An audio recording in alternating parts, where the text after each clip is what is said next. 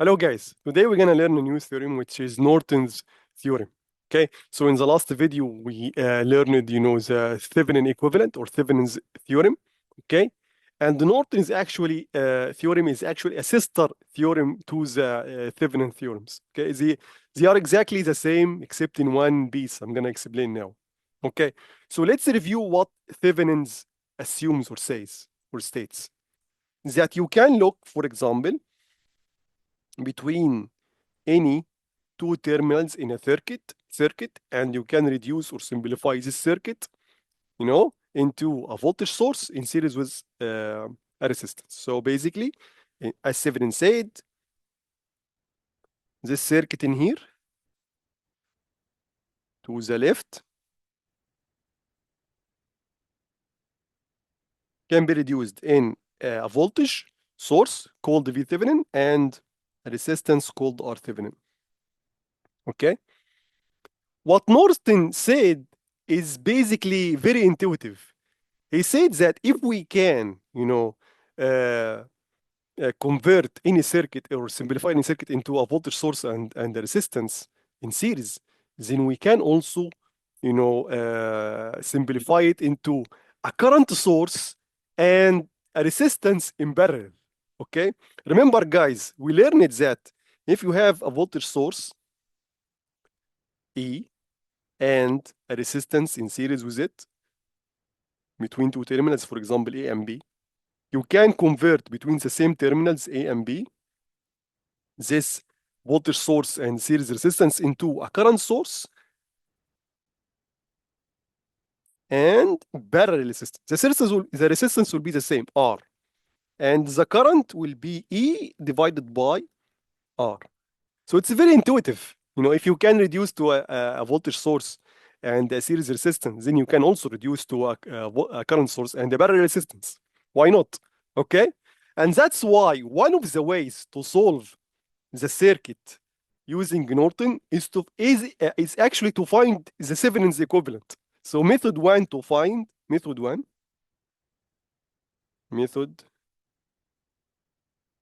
number one, find V Thevenin and R Thevenin, then convert.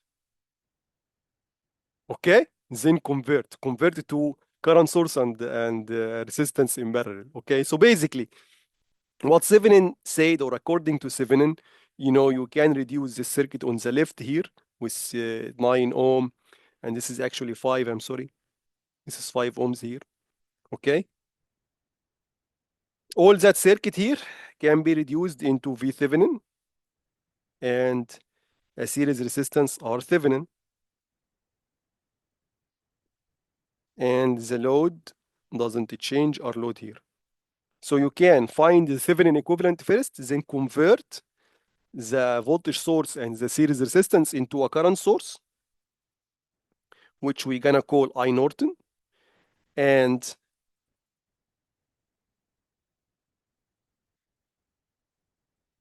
a parallel resistance, which we're gonna call R Norton. Now, and of course, the resistance, the load will be the same. So now, what is I Norton? I Norton, like what we did here. E over R, V Thevenin over R Thevenin. And what is R Norton? Like what we did here. R didn't change. So R Norton is actually R Thevenin. Okay? R Norton is actually R Thevenin. Okay, let's review what we did. I'm gonna now solve this example using this method. Then we're gonna see another method, the standard method to find the Norton's equivalent. But you can solve with both. There is no difference. I'm sure there is no actually difference in the value or the output. This output should be the same or must be the same. So from last video we solved this circuit, okay, and V Thevenin was 24.44 volt. R Thevenin was 11.22 ohm. Okay? So we can now find the Norton's equivalent, very easy. I Norton, V Thevenin divided by R Thevenin. So that's 24.44 divided by 11.22. That's actually, let's calculate it very quick here. That's 2.17 amperes. And of course, R Norton will be exactly as R Thevenin, 11.22 ohm. And now we can redraw the equivalent circuit using our Norton equivalent.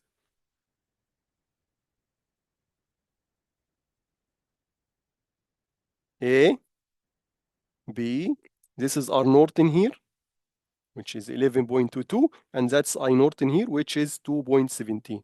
And that's our load. And that's basically IL, which was required to find. So IL now equal to I Norton, the other resistance, R Norton, divided by R Norton plus R load. R load is known, 4.5.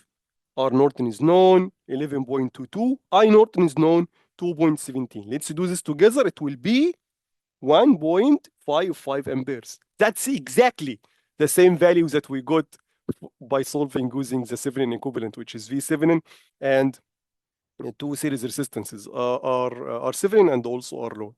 Exactly the same.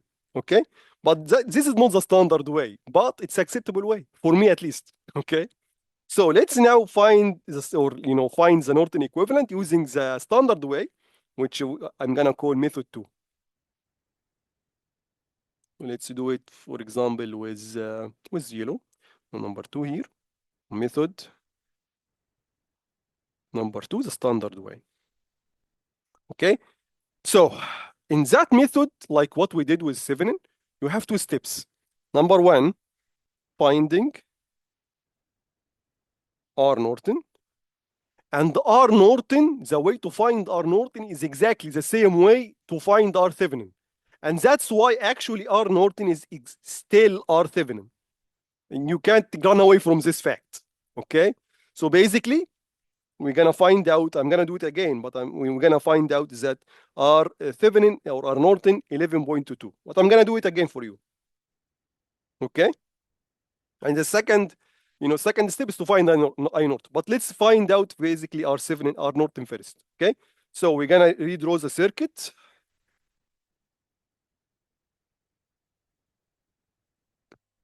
To find R Norton, exactly like R Thevenin, you have to kill all the sources. So kill all the sources. Either current source or voltage source. Any source you have to kill. We kill a current source by putting open circuit in series with it. So what we're gonna do, we're gonna have the eraser here and just make an open circuit. Actually, you can just remove this whole branch. Okay? And you kill a voltage source by making a short circuit across its terminal, like that. Again, just the intuition behind that, as we explained in the previous video in the Thevenin equivalent, to kill a current source, you kill its job. How to kill its job? A current source feeds the branch in which it's connected by a constant current. So if there is a cut in that branch, whatever the current source do, it can't beat the open circuit. So the branch will have a zero current. We kill a voltage source by killing its job. What is the job of a voltage source? It makes its positive terminal have a higher voltage than the negative terminal. Okay? So to kill its job, just to connect the positive terminal by the negative terminal with a short circuit like that. That means that point and that point become the same voltage, the short circuit. So you can just remove the battery now. Okay? And now as we look here, this 4 ohm and this 5 ohms are in parallel, correct? And this parallel equivalent will be in series with the 9 ohms. So R Thevenin or R Norton now equal to 4 parallel with 5 plus 9. Let's me actually, if you look at the previous video, this is exactly what we have. So let me calculate it again for you guys. So that's the parallel resistance calculator here. You can find the link in the description. So 4 parallel with 5, you have two resistances. The first one is 4, the second one is 5. Calculate 2.22. So 2.22 plus 9, it's 11.22. We already know from before, but anyways. Okay, that's good. Now step 2. Step 2 is to find I naught. Step 2 in the Thevenin equivalent is to find V Thevenin. Okay. Now step 2 is finding I Norton. I Norton is the short circuit current between A and B. V Thevenin was the open circuit voltage between A and B. And A and B basically is the two terminals from which you look into the circuit, from which you are trying to simplify the circuit. Forget about this looking stuff, because you can look left and right. It's okay. So just forget about it. A and B is basically the 2 points or 2 terminals that you are trying to simplify the whole circuit between. Okay. Good. So what we're gonna do? There it was open circuit. Here we're gonna connect them together. So I hope I have the same. I have it. Good. So what I'm gonna do now, I'm just connect A and B with a short circuit. Basically, A and B now has the same voltage. They are the same node now. Okay, and that is the current that we should find I short circuit, which is I Norton. Okay, I know. Let me move it a little bit to the left. Okay, now how to find I Norton? I'm gonna do a little trick. I'm gonna convert that voltage source and resistance in series into a current source and a resistance in parallel. That's very valid and very legitimate conversion. Same resistance, and the voltage is a current now, because we will be the voltage divided by the resistance. 32 divided by 4 is 8, so that's 8 amperes. And the rest of the circuit will be the same, so we're gonna have the current source 3, then the 5 ohms, I'm sorry. Then the 9 ohm here, it's drawn like horizontally. Again, A and B now become 1 point, so I'm gonna just bend it like that. That's A and B, this terminal here, it's a ground. So that's the 9 ohm, and that's the current that we should find, I short circuit. Okay? Another dirty trick. I'm gonna also switch the 4 here and the 3 ampere here. They are connected in parallel. If they are like that, they are parallel. If they are like that, they are parallel. It doesn't change. We don't care about the geometry in electric circuits. We only care about connection. If you have two resistances like that, R1 and R2, they are parallel, صح? If you draw correct, if you draw them like that, R2 and R1, if you switch their places, they are still the same circuit.